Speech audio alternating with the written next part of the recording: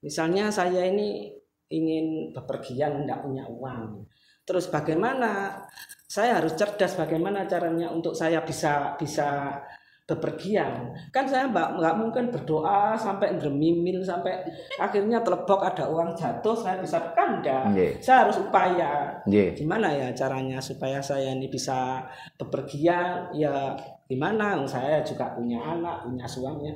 Ya minta, minta itu dirayu dulu. Jadi akhirnya dapat uang. Itu. Jadi kita nggak mungkin berdoa tok gitu loh.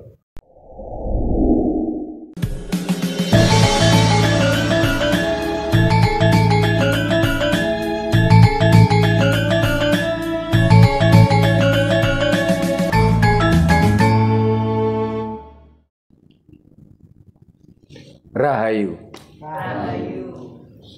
Para pemirsa Raket Prasojo TV channel yang kami hormati, selamat berjumpa kembali dalam kegiatan Yayasan Raket Prasojo, Lembaga Pengkajian, Pelestarian, dan Pengembangan Budaya Nusantara. Nah, para pemirsa, banyak sekali para pemirsa itu yang berkomentar ya. Ketika kita mengajak bangsa ini tercerahkan, tercerdaskan, tersadarkan, ya kita mengkritisi kondisi zaman sekarang yang kita bangsa ini terpuruk karena mabuk agama.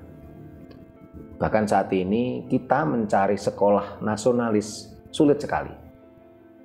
Di mana-mana banyak orang yang masih berjiwa nasionalis ini mengeluh, kebingungan mencari sekolah nasionalis. Bahkan di bangku-bangku sekolah ini bisa dikatakan hampir setiap hari itu diadakan pendidikan agama. Hampir setiap hari anak-anak harus melakukan kegiatan-kegiatan peribadatan agama. Akhirnya seperti hilanglah marwah dunia pendidikan kita. Anak-anak kita dicekoi dengan dogma-dogma. Kalau agama lah yang akan menuntun kita. Dan agamalah yang nanti akan menyelamatkan kita dunia akhirat. Anak-anak kita didogma terus-menerus hampir setiap saat. Mulai anak masuk sekolah sudah ditanamkan doa. Untuk berdoa lebih dahulu menurut agama tertentu. Setelah itu harus peribadatan agama tertentu. Dunia pendidikan kita hancur, marwah pendidikan kita hilang. Seolah-olah kita ini menjadi orang-orang yang istilahnya mabuk agama. Itu faktanya. Mereka giring anak-anak kita menjadi orang-orang yang mabuk dogma. Sekarang akan coba kita bahas, kita kupas. Sebenarnya apa sih fungsi agama? Mampukah agama menyelesaikan masalah manusia? Kalau mampu, buktinya bagaimana? Tapi kalau tidak mampu, kenapa anak-anak kita mulai kecil, bahkan sekolah-sekolah negeri di Indonesia ini bisa dikatakan menjadi sekolah agama. Tidak lagi mempelajari tentang ilmu pengetahuan yang harus high logis, yang harus benar-benar logika. Anak masuk sekolah, ya, harus berdoa begini menurut agama tertentu, terus nanti jam tengah hari itu harus ibadah agama tertentu. Bahkan di seluruh pemerintah kota dan kabupaten di Indonesia mendirikan agama center, ya. Padahal negara ini bukan negara agama, negara ini negara Pancasila. Tapi kenapa kok pemerintah daerah itu mendirikan agama agama center? Itu uang negara, kenapa digunakan untuk membangun fasilitas agama gitu loh. Uang negara kita bukan negara agama. Kenapa nasionalisme kita malah hancur, dihilangkan oleh nilai agama? Bahkan di masyarakat kita, ini ada keluhan juga di masyarakat ya. Salah satunya saya dapat WA dari Mas Sutarwoko, ini di daerah Sragen sana. Dulu ya, di setiap jalan-jalan atau kalau apa istilahnya ada jalan gang atau apa ya. Dulu tuh pasti ada semacam patung atau semacam apa tuh kan Garuda Pancasila. Ya. Tapi sekarang enggak. Banyak sekali kayak kita mamanya pergi ke daerah mana ya, ke Panjen atau daerah Pasuruan itu di jalan-jalan itu ditulisi nama-nama Tuhan gitu loh. Yang katanya ini nanti yang akan menyelamatkan kita dunia akhirat. Nah ini kan tentunya sampai mana, sampai sebesar apa kontribusi agama dalam kehidupan manusia. Kalau memang katanya agama mampu menyelamatkan manusia. Tapi kalau agama itu tidak mampu menyelesaikan masalah manusia, kenapa kita harus mabuk agama? Kita mengkhianati leluhur kita yang mendirikan negara kita, negara Pancasila, bukan negara agama. Nah ini sebelum kita bahas lebih lanjut tentang mampukah agama menyelesaikan masalah manusia. Nah ini mau dibuka tembang nih Mas sama Mas Anton. Silakan Mas Anton. Rahayu. Rahayu. Tembang Kinanti. Ya.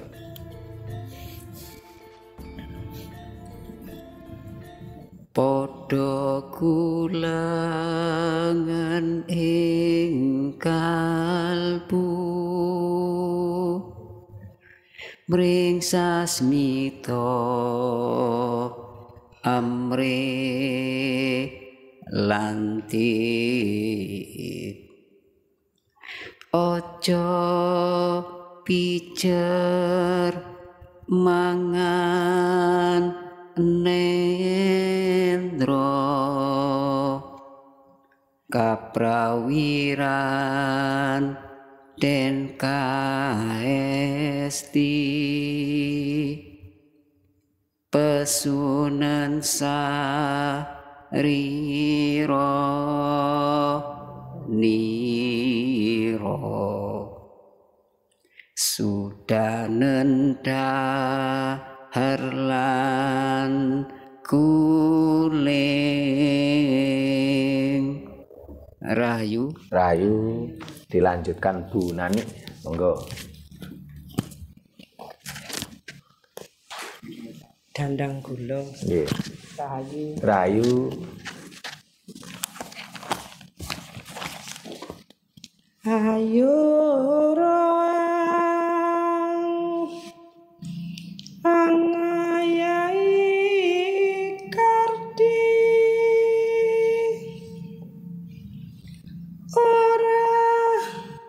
kendap pambangune desa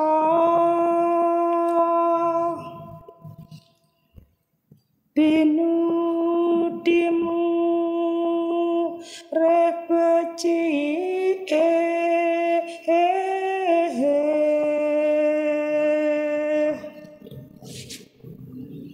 supaya tansah maju upakara karang lan kitrihi guyub rukun tumandang asengkut merenggut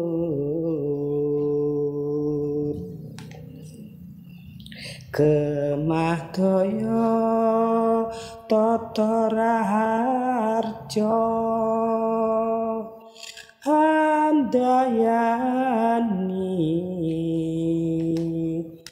murah sandang pangan yekti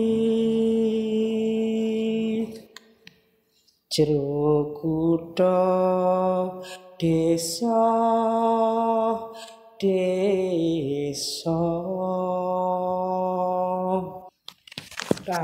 Rahayu. Terima kasih Mas Anton, Bu Nani. Ini juga nggak semayanan tapi kok ya tembangnya itu nyambung ya. Jadi Mas Anton itu tentang bagaimana sasmito ambreh lantip, kita harus cerdas. Nah untuk menjadi cerdas kan tentunya harus belajar, harus sinau. Karena ngilmu iku kelangkone kanthi sinau. Yen ngilmu kelangkone kanthi laku, butuh proses. Nah sementara kalau dunia pendidikan kita ya, ini kehilangan marwah pendidikan. Namanya marwah pendidikan, dunia pendidikan seharusnya kan tempat orang berpikir kritis, harus sesuatu yang logika. Tapi kenyataannya dunia pendidikan kita saat ini kehilangan marwah pendidikan. Anak-anak mulai masuk itu dicekoi dengan berbagai kegiatan-kegiatan keagamaan. Sementara agama ini cenderung analogis, hanya berdasarkan iman dan dalil saja. Bangsa ini benar-benar menuju ke kehancuran kalau terus-menerus seperti ini. Nah, di sisi lain Bu Nani mengatakan bagaimana tentang pangupa jiwa, tentang kehidupan. Sementara ya, kalau kita mau jujur, kalau kita ingin bicara tentang kehidupan, tentang makanan, tentang kebutuhan makhluk hidup ya, inilah agama tidak mampu memberikan jawaban. Agama hanya mengajarkan kita pokoknya berdoa dan berdoa. Ya. Di dalam kitab suci apapun ya, ini tidak ada diajarkan bagaimana kita harus bertani. Bahkan di dalam agama tertentu yang pernah saya baca, untuk makan saja di kitab suci tertulis apa? Harta rampasan itulah yang dijanjikan oleh Tuhan dan utusan Tuhan. Loh, berarti apa? Untuk makan saja agama ini harus ngerampok gitu loh, harus merampas milik orang lain. Itulah harta rampasan yang dijanjikan oleh Tuhanmu dan utusan Tuhan katanya. Ini di kitab suci loh ini. Orang butuh makan aja harus ngerampok kok. Ya. Yang dirampok itu saudagar-saudagar, ya tentu aja dia menang gitu loh. Wong saudagar tuh nggak bisa bela diri. Berarti apa? Agama tidak mampu menyelesaikan masalah manusia. Untuk makan saja dia harus merampok kok. Itu pun katanya sudah dijanjikan oleh harta rampasan itu yang dijanjikan oleh Tuhan dan utusan Tuhan katanya. Ini tertulis loh di kitab suci. Saya nggak perlu nyebut apa kitab suci tadi. Aku yakin, saya yakin para orang yang belajar agama tahu langsung paham kitab suci apa yang saya katakan tadi. Dan anehnya bagi orang-orang yang mabuk agama tadi mengatakan apa? Oh kalau kejawen itu cuman cerita dan cerita katanya, nggak punya dasar yang jelas katanya. Berbeda dengan agama-agama besar, ini dasarnya jelas katanya kitab suci. Saya nggak ikut-ikutan komentar. Ada pemisah lain yang ikut komentar. Lah di kitab sucimu itu macam-macam serba cerita. Malah ajaran Jawa itu berdasarkan serat teles. Serat teles itu alam semesta. Malah sementara agama-agama yang ada ya dengan kitab sucinya tadi semuanya hanya cerita dan cerita, hanya mitologi gitu. Nah, kembali ke tentang bahasan kita, bahasanya mampukah agama menyelesaikan masalah manusia? Di sini harus kita bedakan lagi agama menurut perspektif yang bagaimana dulu. Kalau agama ya dalam perspektif ajaran Dayoh, agama dalam perspektif sebuah kelembagaan yang saat ini diakui oleh negara kita, ya tentunya tidak akan mampu menyelesaikan masalah manusia. Nah, tetapi kalau agama dalam artian spiritual culture, budaya spiritual yang setiap bangsa sudah serta-merta tidak mungkin terpisahkan antara spiritual culture dan culture itu sendiri atau budaya tadi, tentunya ini mampu menyelesaikan masalah. Contoh ini, bangsa kita ini bangsa agraris. Ketika para petani kita ada permasalahan tentang tikus, ya, kayak kemarin tadi Klaten, ya, terus tentang hama, ya, spiritual culture kita mampu memberikan solusi, menyelesaikan masalah. Tetapi kalau agama dari apa yang saat ini agama dalam arti perspektif yang diakui oleh negara kita, ya tidak mampu. Ya. Mereka terlalu inklusif banget gitu, jadi terlalu eksklusif banget agama mereka. Kadang-kadang mereka menyerang kita. Loh, kalau soal tanam itu kan cuma sekedar budaya. Sementara agama kami kan ciptaan Tuhan dengan kitab sucinya gitu. Dalam satu sisi dia bicara seperti itu, tapi dalam satu sisi agama tadi ngurusi apa? Ngurusi orang cebok,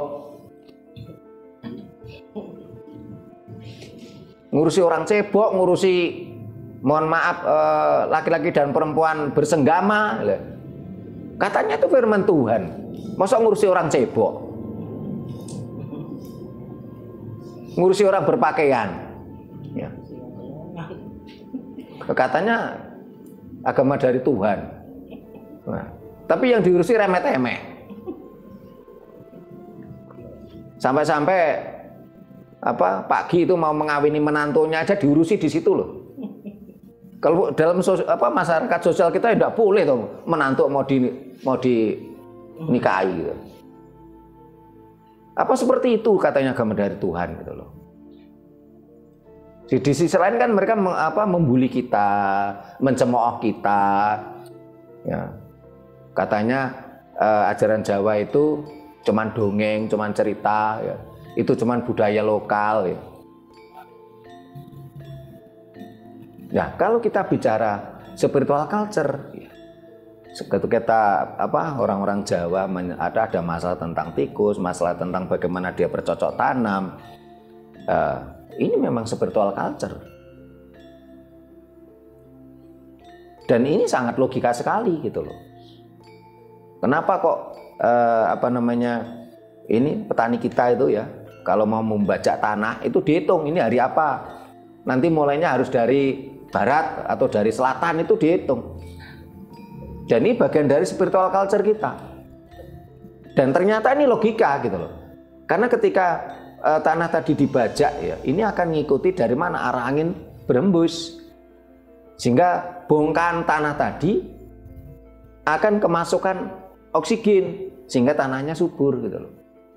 Nah, kalau agama dalam artian spiritual culture akan mampu menyelesaikan apapun masalah manusia. Tapi kalau agama dalam artian yang saat ini dalam perspektif yang kelembagaan yang diakui oleh pemerintah, ya tidak mampu menyelesaikan masalah. Karena acuannya yang stagnan. Sehingga kalau ada pemirsa itu mencemooh kita, itu ajaran Jawa itu kan ajaran primitif katanya. Ini zaman itu udah berkembang. Loh, yang primitif itu malah ajaran agama Anda kok. Berdasarkan kitab suci yang diciptakan sekian ribu tahun yang lalu kok. Sementara kalau ajaran Jawa kan berdasarkan serat teles. Alam semesta, dan alam semesta itu dinamis dan selalu akan berubah. Akan up to date gitu. Belum lagi masalah manusia sekarang sangat kompleks. Sebagai contoh masalah manusia tentang komunikasi. Apa agama mampu menyelesaikan masalah? Enggak.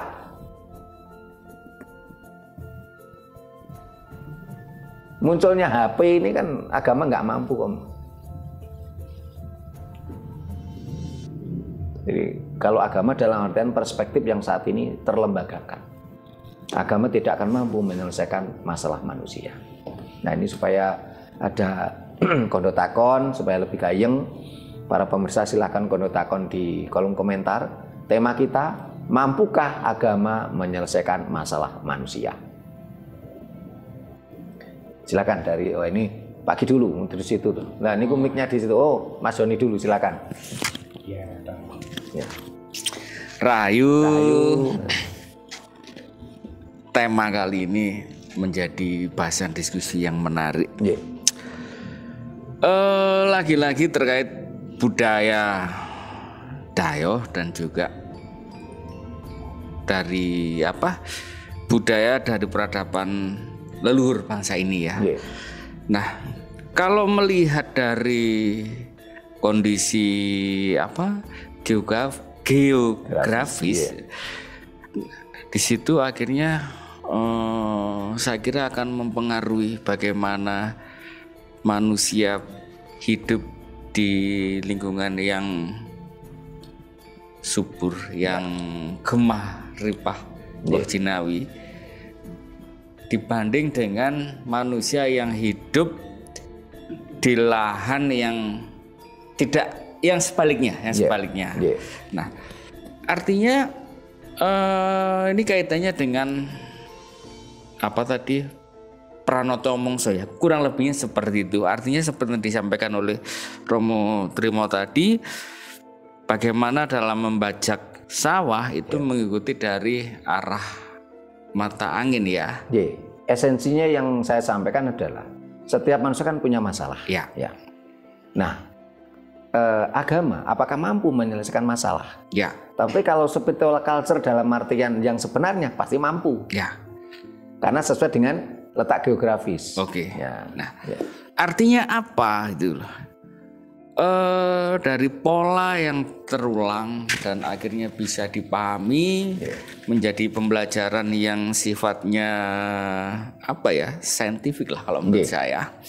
Nah, akhirnya ini menciptakan pola pikir, mindset dalam berkegiatan. Misalnya kalau yang dianalogikan tadi seperti membajak sawah, berarti kan ini di lingkup pertanian. Kan seperti itu. Nah, ini ada sebuah model. Kalau arah anginnya seperti misalnya dari arah barat misalnya, biar ini tanah ini bisa bernafas, berarti harus dari selatan. Ya, dari selatan misalnya seperti itu. Nah, ini hasilnya bisa dilihat. Nah, ini yang akhirnya menjadi sebuah kekayaan dalam kasana berpikir. Dalam terminologi Jawa seperti itu.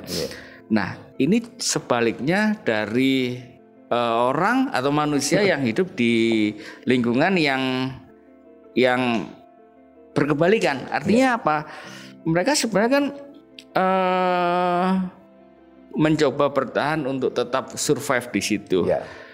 Mencoba tetap survive yang artinya apa? Ya kekerasan tadi sepertinya yang merampok tadi ya. Kurang lebihnya seperti itu. Jadi akhirnya nilai-nilai yang terlahir dari peradaban itu bukan lagi sebuah pola yang sifatnya niteni atau yang saintifik tadi, bukan, tapi justru dia mengandalkan sebuah power atau kekerasan.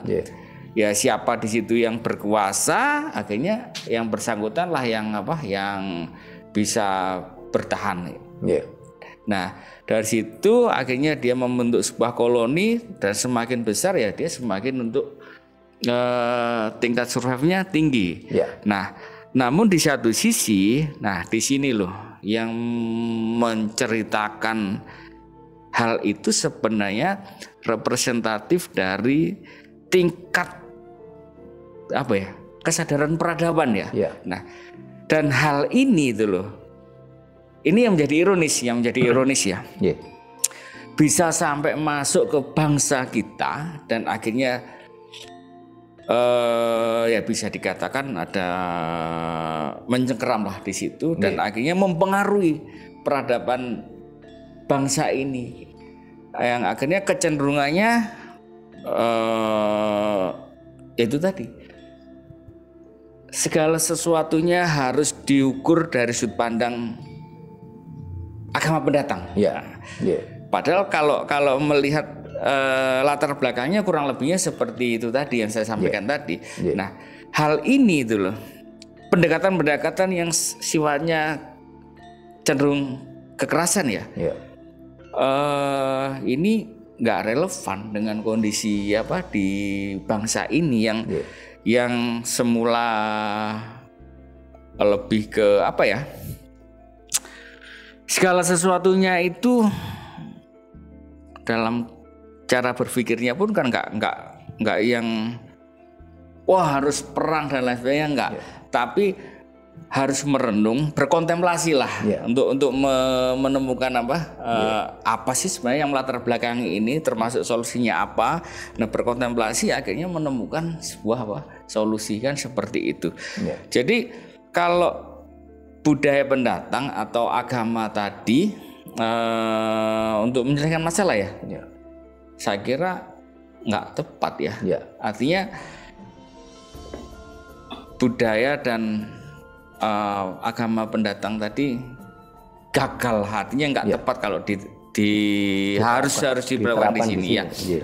Apalagi kalau melihat sepertinya setiap pagi di lingkungan sekolah yang kayak gitu, terus bahkan di sekolah juga dibangun salah satu tempat ibadahnya. Ini ironis, menurut saya ironis, dan karena di situ siswa ini kan diajarkan bagaimana sih kita harus berpikir kritis, memiliki kemampuan analytical, termasuk ininya logikanya harus berfungsi, harus aktif dunia pendidikan.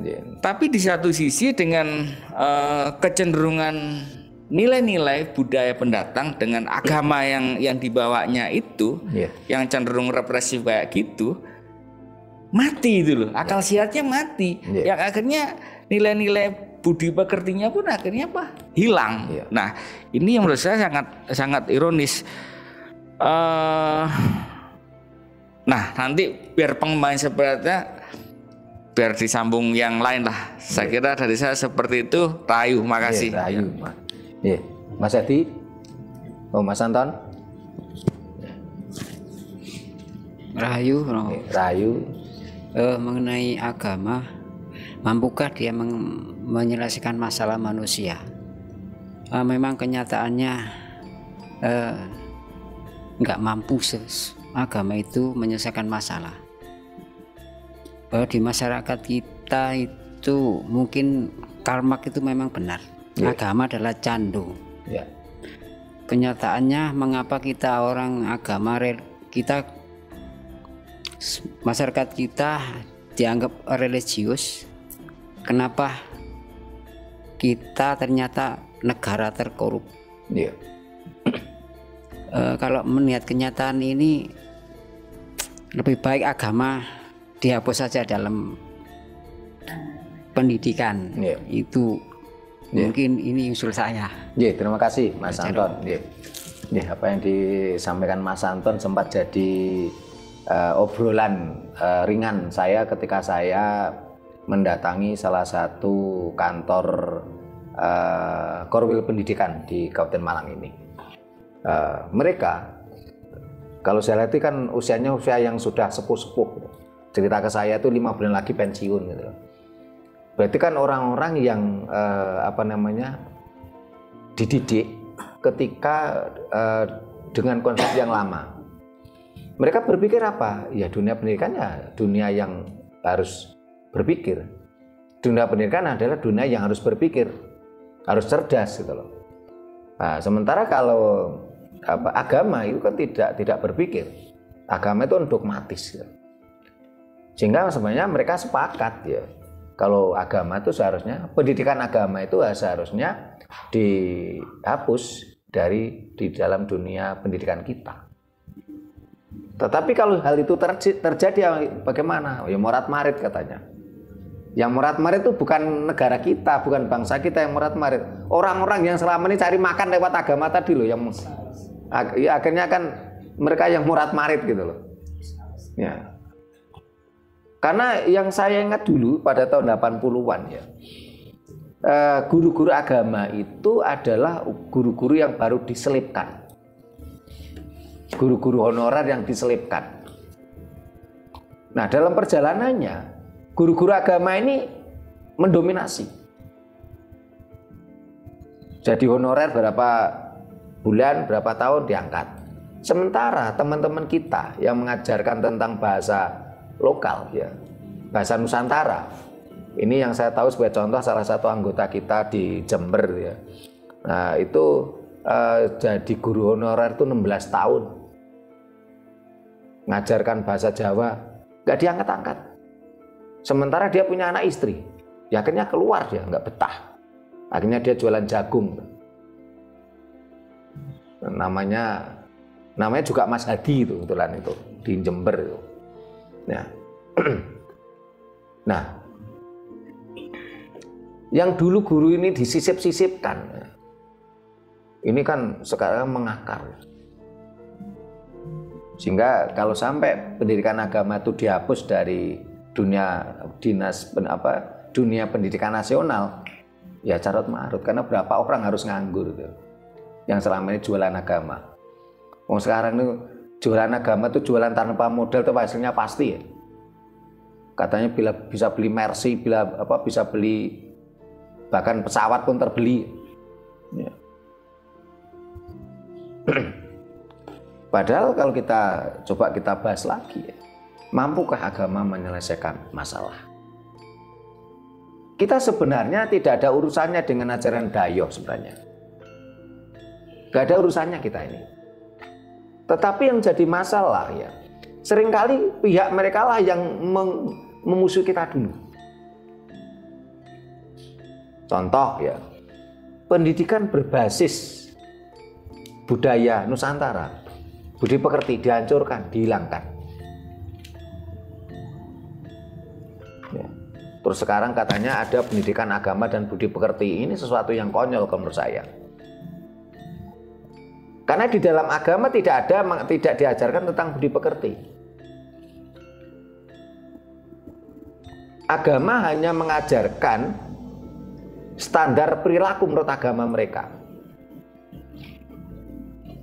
Jadi tidak ada kalau pendidikan agama dan budi pekerti ini sesuatu yang bertolak belakang. Karena standar moral menurut agama A ini tidak akan sama dengan standar moral agama B. Sebagai contoh begini, beberapa tahun yang lalu ada berita seorang profesor di Perancis dengan literasi yang jelas menggambarkan salah satu inspirator agama. Dilukis dia dengan sketsa. Ya. Tetapi di dalam agama tersebut ya, oleh umat agama tersebut, gambar sang inspirator itu tidak boleh digambar. Wajah sang inspirator itu tidak boleh digambar. Sehingga akhirnya apa? Ada seorang pemuda ya, ini membunuh sang profesor tadi. Loh, ini oleh umat beragama tadi dilolokan loh. Dan ini standar moral mereka boleh loh membunuh sang profesor tadi. Tetapi secara moral umum kemanusiaan tentunya ini tidak boleh. Jadi kalau ada pendidikan agama dan budi pekerti ini sesuatu yang tidak mungkin terjadi gitu loh. Karena budi pekerti itu berdasarkan kemanusiaan yang adil dan beradab. Sementara agama berdasarkan pada iman dan dalil. Sehingga tadi saya gambarkan ada seorang profesor Prancis, dia menggambar sketsa sang inspirator suatu agama berdasarkan literasi yang ada. Literasinya jelas, diakui oleh umat beragama tadi, tapi setelah tergambar sang sketsa tadi, si profesor tadi dibunuh. Dan oleh umat beragama tadi, termasuk umat beragama tadi yang ada di Indonesia, si pemuda yang membunuh profesor tadi dilolokkan. Oh, ini pemuda yang hebat ini, yang selalu membela sang junjungan kita katanya. Wah, ini jelas masuk surga katanya. Tapi yang jadi pertanyaan kita semua, secara moral kemanusiaan, dibenarkankah ini si pemuda tadi membunuh? Ya. Sebenarnya kita tidak ada hubungannya dengan ajaran Dayo sebenarnya. Yang ada hubungannya dengan kita adalah teman-teman kita, saudara-saudara kita sebangsa dan setanah air, supaya mereka tercerahkan dari mabuk agama. Sehingga mereka lah yang kadang-kala menghancurkan budaya kita. Kalau tadi saya analogikan, saya kasih contoh saja. Ya. Petani kita mengalami ada suatu masalah tentang bagaimana dia menanam bercocok tanam, menanam padi, terus ada hama tikus, wereng dan sebagainya. Nah, spiritual culture kita mampu kok menyelesaikan masalah, karena itu terkait dengan geografis ya, dan itu sangat scientific sekali gitu loh, logika sekali ya. Tetapi oleh orang-orang yang mabuk ajaran Dayo, pengetahuan ini dicemooh. Oh, itu kan cuma budaya lokal. Sementara agama kami itu turun dari langit, katanya turun dari Tuhan katanya. Yang jadi pertanyaannya, kalau memang agama Anda itu turun dari langit, dari Tuhan, kenapa agama Anda mengurusi orang berak cebok dengan batu gitu loh? Ya karena agama Anda lahirkan di sana sulit air ya. Ya otomatis cebok pakai batu loh. Itu jelas itu pikiran manusia loh, kok katanya dari Tuhan gitu loh. Sampai ngurusi orang cebok, diurusi cebok kayak batu. Terus ngurusi bagaimana laki-laki itu kalau mau menyetubuhi wanita itu sampai diatur katanya harus begini ya. Padahal itu nggak usah diajari. Semua orang tahu gitu, pokoknya udah waktunya loh ya. Sehingga saya jadi teringat salah satu tokoh agama yang kemarin saya ceritakan dari Gunung Kawi itu. Dia bilang, oh kitab suci agama ini Pak, ini kalau bicara itu porno, kotor, jorok. Tapi kalau saya mau ngomong gini di luar saya tidak berani gitu. Padahal dia tokoh agama. Ini kan berarti apa? Orang-orang yang mabuk agama tadi berstandar ganda. Budaya leluhur kita yang begitu saintifik, logika, ini dicemooh, direndahkan. Ya. Ini jelas saintifik gitu. Sementara yang katanya dari agama mereka, yang katanya agama dari Tuhan, ya itu malah lebih sepele lagi yang ngurusi orang cebok gitu. ngurusi pakaian, ini kan sangat hal yang remeh-temeh gitu. Padahal yang namanya pakaian itu kan jelas-jelas budaya manusia dan setiap bangsa memiliki perkembangan budaya masing-masing gitu loh. Nah, sekarang sebelah kanan, silakan. Nih, monggo Pak Generin. Rahayu. Ya, ini mampukah agama menyelesaikan permasalahan?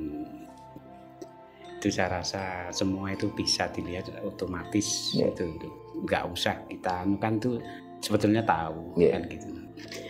Apalagi dia agama Dayo yang bicara seperti mundur, primitif kan gitu.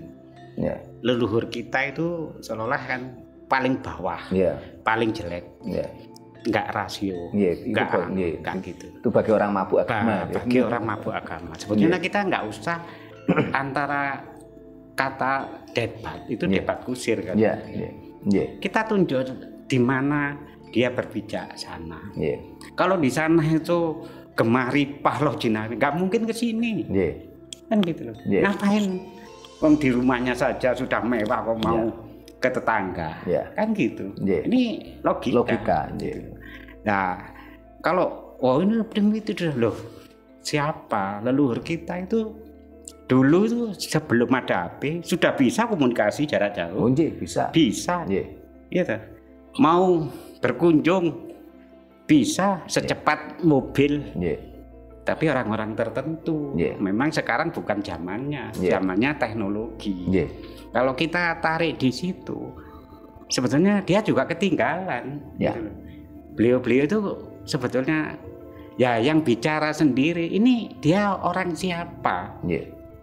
Saudara kita sendiri. Saudara kita sendiri yang mabuk ajaran Dayo. Ajaran Dayo bilang gitu. Ibaratnya kan gini.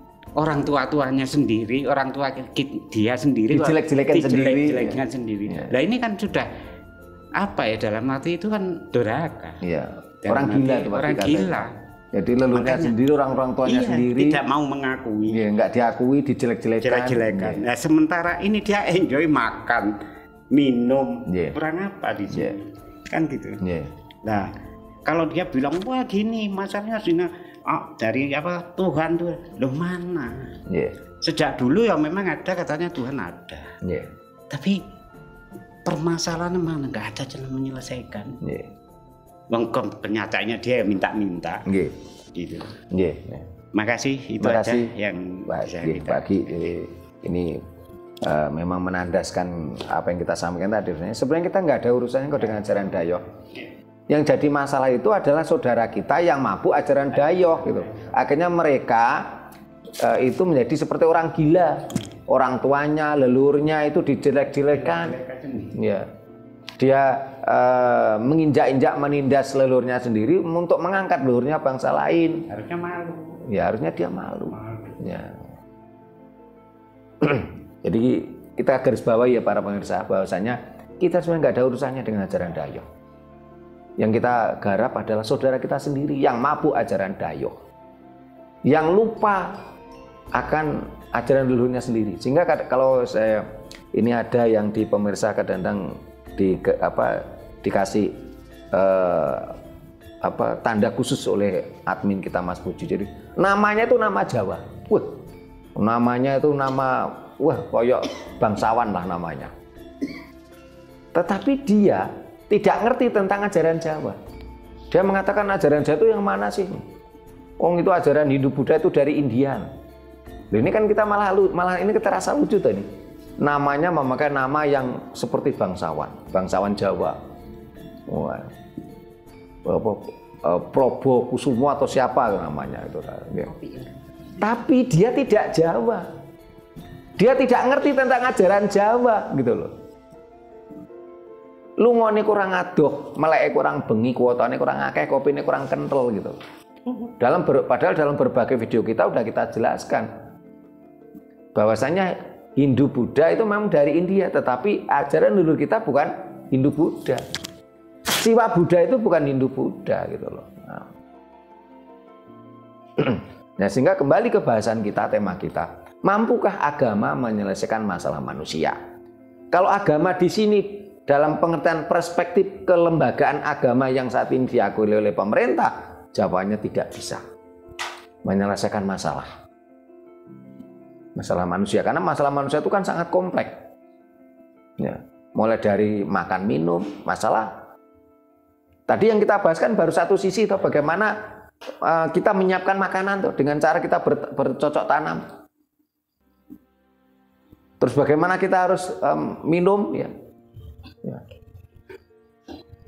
Terus mamanya itu baru satu sisi, terus masalah manusia lain, banyak komunikasi. Ya. Apakah agama dalam perspektif mereka itu mampu menyelesaikan masalah? Jawabnya tidak. Tidak mampu. Sementara kalau agama dalam pengertian spiritual culture, bangsa kita ini mampu. Seperti dikatakan Pak Ki tadi, orang dulu mampu berkomunikasi. Gitu. Kalau Pak Ki tadi mengatakan itu tidak semua orang. Kalau menurut saya semua orang Pak Ki. Walaupun orang awam pun bisa. Sebagai contoh, saya masih ingat waktu itu saya merantau ke Sumatera waktu itu. Usia saya waktu itu masih kisaran berapa ya? Sekitar 15-16 tahun lah waktu itu.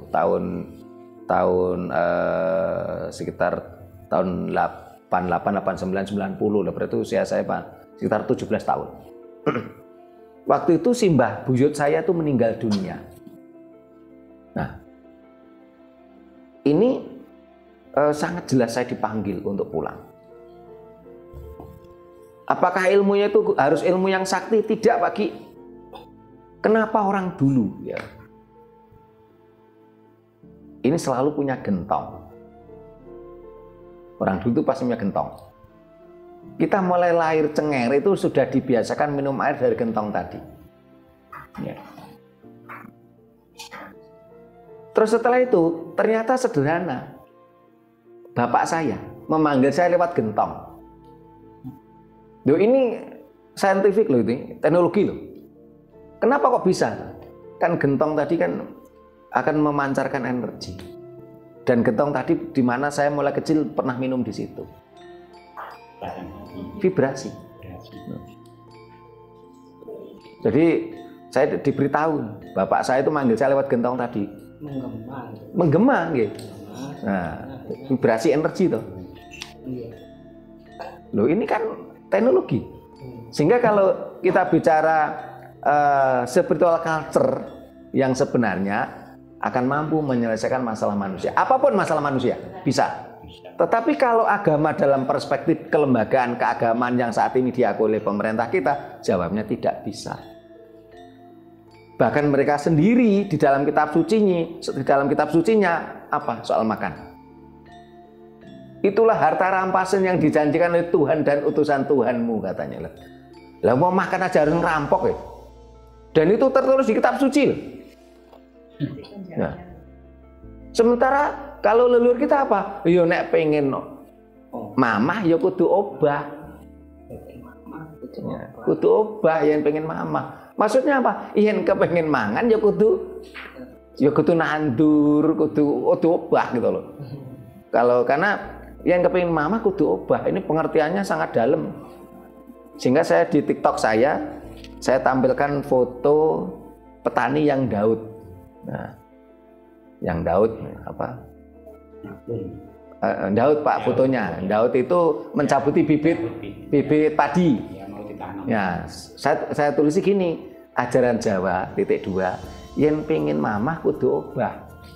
Ajaran Dayak (2), yang penting hafalan dan amalan. Nah, orang walaupun hafalan amalan 1000 kali ya ora obah ya ora mamah. Nah, sekarang bisa mamah karena dengan dodol didol iku mau. Nah, ya, yang lucu kan kita loh. Yang bodoh itu kan saudara kita, sehingga kita tekankan lagi, kita nggak ada urusannya dengan ajaran Dayak. Yang ada urusan dengan kita adalah saudara-saudara kita yang sedang mabuk ajaran Dayak, harus kita sadarkan, kita cerahkan. Ya, Bu Nani sampaikan lagi. Nih. Rahayu. Ya, Rahayu. Sebetulnya apa yang mau saya sampaikan itu kok sudah semua gitu. Udah semua. Jawaban saya itu jelas, agama tidak bisa menyelesaikan masalah kemanusiaan. Ya, ini saya akan menjawab kata-kata sederhana saja. Daripada kok nggak urun rembuk kok nggak enak. Sebetulnya leluhur kita itu sudah mengajari masalah bertanam, dan juga sebenarnya bangsa kita itu sangat cerdas dengan yang ada suatu bukti peradaban Buddha. Cuma karena dengan adanya ajaran Dayak itu, sepertinya kita itu sudah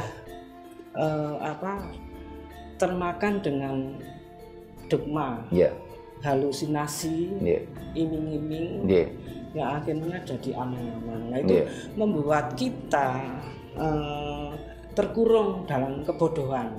Jadi hal-hal yang mestinya bisa kita utarakan, kita bisa berpikir,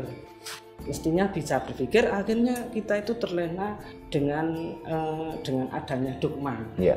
Nah, begitu mandinya dogma itu sampai kita tidak bisa berpikir logis. Sampai contoh sekarang di negara yang gemak limpah roh jinawi, nah itu kan sudah sumber daya alam kan sudah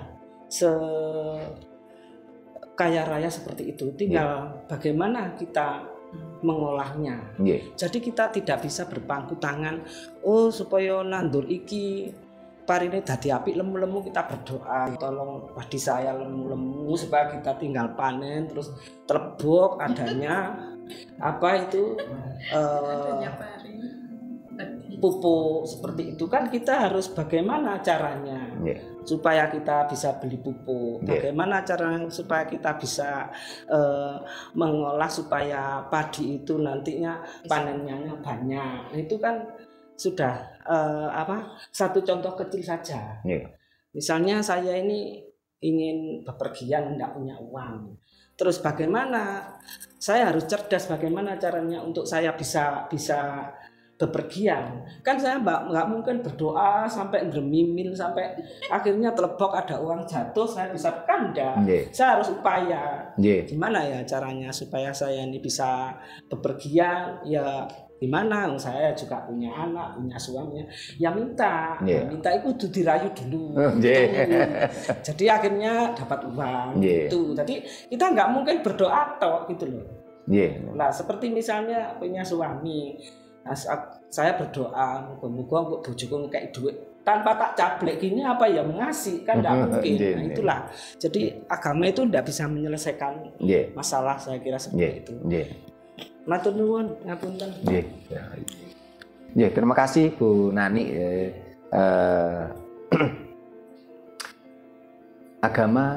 Mampukah agama menyelesaikan masalah manusia? Jawabnya itu tadi. Kalau agama dalam pengertian perspektif kelembagaan yang diwakili pemerintah, jawabnya tidak. Tapi kalau agama dalam artian spiritual culture, jawabnya bisa menyelesaikan masalah. Karena masalah-masalah manusia itu akan terkait dengan letak geografis gitu loh. Seperti contoh tadi kan baru kita bicara soal makan, terus kita bicara soal minum, air ya. Spiritual culture kita ini mampu menyelesaikan masalah. Bagaimana spiritual culture kita ini menuntun manusia kalau supaya ada air dia harus tanam pohon. Ya. Ingin air harus tanam pohon. Pohon tadi rindang, di situ ada tempat menyimpan air. Ya. Nah, supaya pohon tadi terjaga, pohon tadi disakralkan. Nah, ini juga merupakan perbedaan antara ajaran Jawa dengan ajaran India. Ajaran Jawa ini dasarnya serateles. Sehingga itulah ajaran Jawa ini memuliakan pohon atau wit. Karena pohon tadi merupakan saudara tua kita. Ya, disakralkan, diberi sesaji. Ya. Ini bukan berarti orang Jawa, orang yang ajaran Jawa itu menyembah pohon, tidak.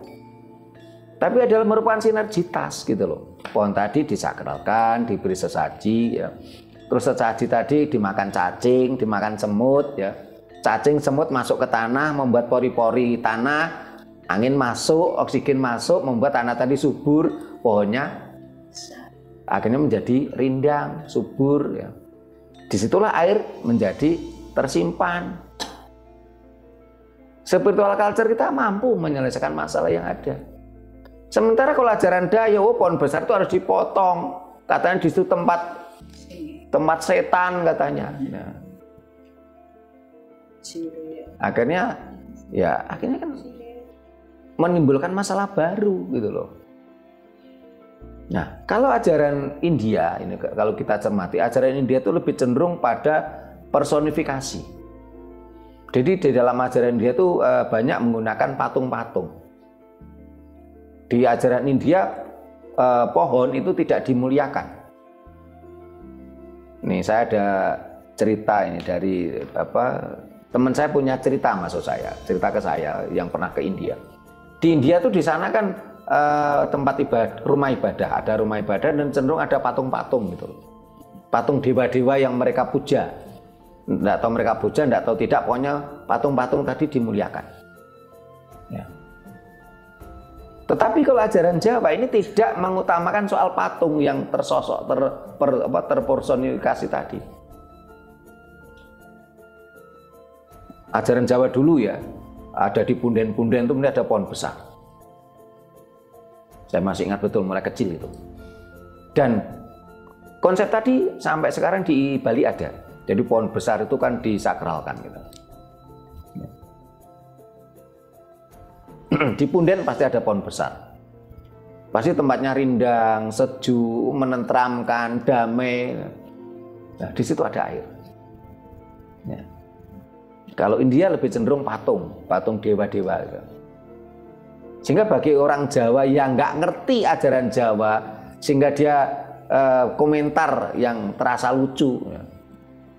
Anda ada itu ajaran Jawa, karena kalau Hindu dan Buddha itu dari India lah, karena itu tadi Anda yang orang yang kalau orang yang sudah lupa akan jati dirinya. Dia bukan orang Jawa, tapi dia cuma keturunan Jawa yang tidak Jawa. Dia tidak mampu membedakan mana ajaran leluhurnya. Dia tidak mampu mencari, menggali, tapi dia puja ajaran Dayo dan memusuhi ajaran Jawa, dianggapnya itu ajaran Dayo dari versi lain gitu.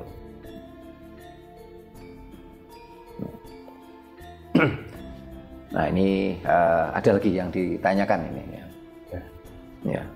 Mas Adi belum nama sendiri. Ya. Nah, masalah manusia itu pertama makan, minum, tadi udah kita bahas nih. Setelah itu berpakaian gitu ya. Ajaran Dayo tidak pernah tidak ada ajaran bagaimana dia mencukupi pakaian. Tapi lucunya mereka ngatur soal pakaian. Ya ini kan, mohon maaf, ini kan akhirnya menguntungkan kapitalis loh. Karena di dalam kitab sucinya tidak ada ajaran bagaimana membuat pakaian, membuat kain, nggak ada. Tetapi anehnya mengatur cara berpakaian. Otomatis kan menjadi apa? Mereka menjadi hanya boneka saja dari para kapitalis. Karena yang membuat kain itu kapitalis gitu loh. Coba sekarang bandingkan dengan ajaran leluhur kita. Ajaran leluhur kita itu mengajarkan bagaimana membuat kain songket, kain tenun, ya. Bahkan dalam cerita-cerita kuno dalam budaya kita ini bagaimana namanya cerita Sangkuriang, ya di situ ada topong ini alat pintal benang. Loh, umpamanya ini, seumpama ajaran Jawa atau ajaran Nusantara mengatur pakaian, ini malah pas. Wong juga ada ajaran membuat kain gitu. Loh, ajaran Dayo itu lucu, nggak ada ajaran membuat benang, nggak ada ajaran membuat kain, kok tahu-tahu mengatur pakaian. Ya, otomatis menguntungkan pihak lain toh. Dia hanya jadi boneka saja, jadi alat saja. Tetapi ajaran Jawa kan memang berdasarkan serat teles. Sehingga tidak perlu ngatur pakaian. Karena pakaian itu akan bergerak dinamis gitu loh. Ini masalah kehidupan manusia tadi. Makan, minum, pakaian, bahkan tadi komunikasi pun terselesaikan. Ya. Bahkan kenapa? Ya. Tadi sempat kita obrolkan waktu belum rekaman. Kenapa sih logam-logam tertentu tuh cenderung seperti ada penunggunya? Ya. Karena itu energi. Kenapa pesisir pantai selatan Pulau Jawa itu terkesan angker?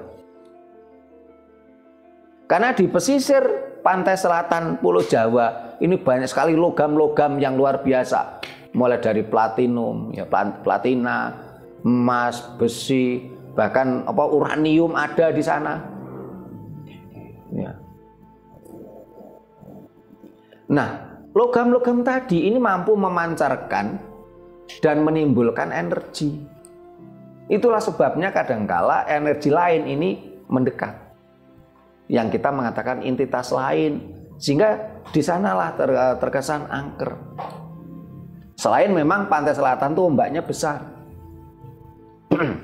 Kalau hanya bicara tentang biji besi, pasir besi, pantai selatan tuh banyak sekali. Padahal besi ini logam yang tergolong masih rendah. Tapi di pantai selatan ini mulai dari emas ada, emas putih, emas kuning, AU, AG, platina ada di sana ya. Banyak sekali. Ya. Mas Anton. Dan ini leluhur kita mengajarkan itu loh. Leluhur kita sudah mengenal bagaimana tentang metalurgi loh. Ya. Dengan berbagai campuran logam. Sementara kalau ajaran Dayo kan tidak ada. Paling mereka hanya mengenal ini besi sama sekitar 2 atau 3 jenis logam saja. Tidak percampuran lebih dari 5 atau 7 macam logam. Ya. Transportasi sudah kita bahas. Permasalahan manusia banyak sekali. Mampukah agama menyelesaikan masalah manusia? Jawabnya itu tadi, kalau agama dalam perspektif kelembagaan, keagamaan yang diakui masyarakat umum saat ini, jawabnya tidak bisa. Tetapi kalau agama dalam perspektif spiritual culture yang mengikat, yang tak terpisahkan dengan peradaban, dengan budaya, jawabnya pasti bisa. Karena itulah anak-anak kita harus kita ajarkan sesuatu yang cerdas, sesuatu yang logika. Jangan diajarkan sesuatu yang unlogika, yang dogmatis. Di dunia pendidikan, mudah-mudahan tidak lagi masuk sekolah diajarkan doa. Setelah itu nanti agak siang dikit katanya diajarkan sembahyang agama tertentu. Bangsa ini akan semakin hancur dengan cara itu. Saya jadi teringat masa kecil saya dulu, masih SD itu diajari nyangkul. Sekolahan saya waktu itu punya sawah, nyangkul, diajari nanam, diajari panen, diajari bertani. Dan saat ini saya banyak melihat di tayangan medsos. Ini ada yang membuat semacam video atau gambar.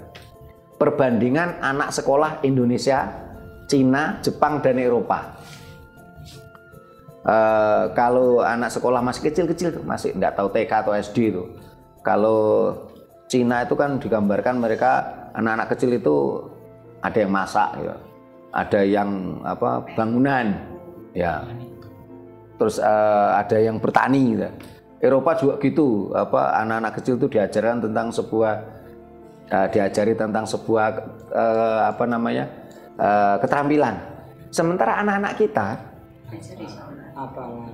diajari hafalan. Ya. Anak-anak kita dipaksa untuk menghafal. Nah. Sementara sebenarnya nggak ada hubungannya. Hafal kitab suci itu tidak ada hubungannya dengan kehidupan ini. Bangsa ini akan terpuruk kalau tidak secepatnya sadar. Dan kita tekankan lagi, kita sebenarnya nggak ada hubungannya dengan ajaran Dayok. Yang perlu kita garap, perlu kita cerdaskan, kita sadarkan adalah saudara-saudara kita yang saat ini lupa akan leluhurnya dan lebih mabuk, lebih mendewakan ajaran Dayok. Ya, mereka memuja-muja leluhurnya bangsa lain. Mudah-mudahan bahasan kita bisa memberikan pencerahan pada kita semua, mencerdaskan pada kita semua, menyadarkan kita semua. Kita harus kembali ke spiritual culture, peninggalan ajaran leluhur kita. Bila mana ada kata-kata kami yang kurang berkenan, tata krama kami yang kurang memadai, kami mohon maaf. Terima kasih, sampai jumpa di kegiatan kita lainnya. Rahayu.